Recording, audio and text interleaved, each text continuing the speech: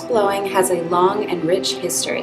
It is one of the oldest forms of sculpture in the world, yet creation and discovery of glass more than 350,000 years ago is shrouded in mystery.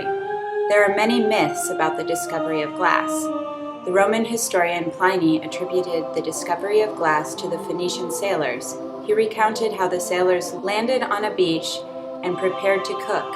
They placed a pot on some blocks of natron, a natural alkali. They were carried as cargo and proceeded to build a fire over which to cook a meal. To their surprise, the sand next to the natron melted and ran into a liquid stream. When the sand cooled, it hardened into glass. Though it is unlikely that this myth is true, no one knows how it was actually discovered. So what is glass, and how is it made? Glass is a unique material. Shiny, hard, fragile, it can be a liquid and a solid. It occurs in nature when a molten material cools so quickly that its atoms do not have enough time to organize into crystallized arrangements. Scientists sometimes call it a rigid liquid. Obsidian or volcanic glass is an example of molten rock that has cooled quickly.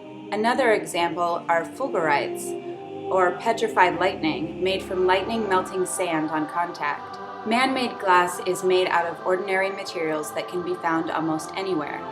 Sand is the main ingredient in glass. It is mixed with ashes or other alkali so that the sand melts at a lower temperature, and lime, made from crushed stones, to stabilize it and protect the glass from water. It is an amorphous solid, meaning it changes form from a toffee-like liquid to a hard solid, similarly to how water changes to ice. When it is molten, glass can be molded and shaped into various forms. It takes a lot of practice, skill, and patience to work with molten glass. It can take decades to develop enough skill to be a master glass blower. A craftsman who works with glass is called a gaffer. Gaffer is a word of respect that was used for an old person in the 16th century in Europe. Very little is known about the techniques of glass blowing throughout history. Its secrets were carefully guarded by gaffers and glass-blowing families. Gaffers developed their own tools and techniques to manipulate the molten glass. The secrets were passed down from teacher to students through the years. What is known is that the use of glass was developed first in the Middle East. Glass was used to decorate beads and small vessels. It was used in Egypt and Asia to make decorative valuables. When the Roman Empire expanded to Egypt and the Middle East, it absorbed the use of glass. The Romans further developed the use of glass by developing the technique of glass blowing. Instead of wrapping molten glass around a small mold, they blew air into the glass, making a bubble. The bubble could then be manipulated into many different forms. This technique of glass blowing made it possible to make large containers out of glass. It also made it possible to produce many glass containers quickly. Because of this, glass became more common in the Roman Empire.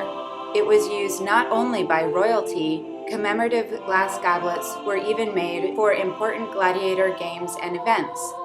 The Roman Empire's cultural reach spread the practice of glass blowing throughout Europe. After the fall of the empire, these communities continued to produce glass according to their styles. Italy and Sweden became famous for their glass craftsmanship and design.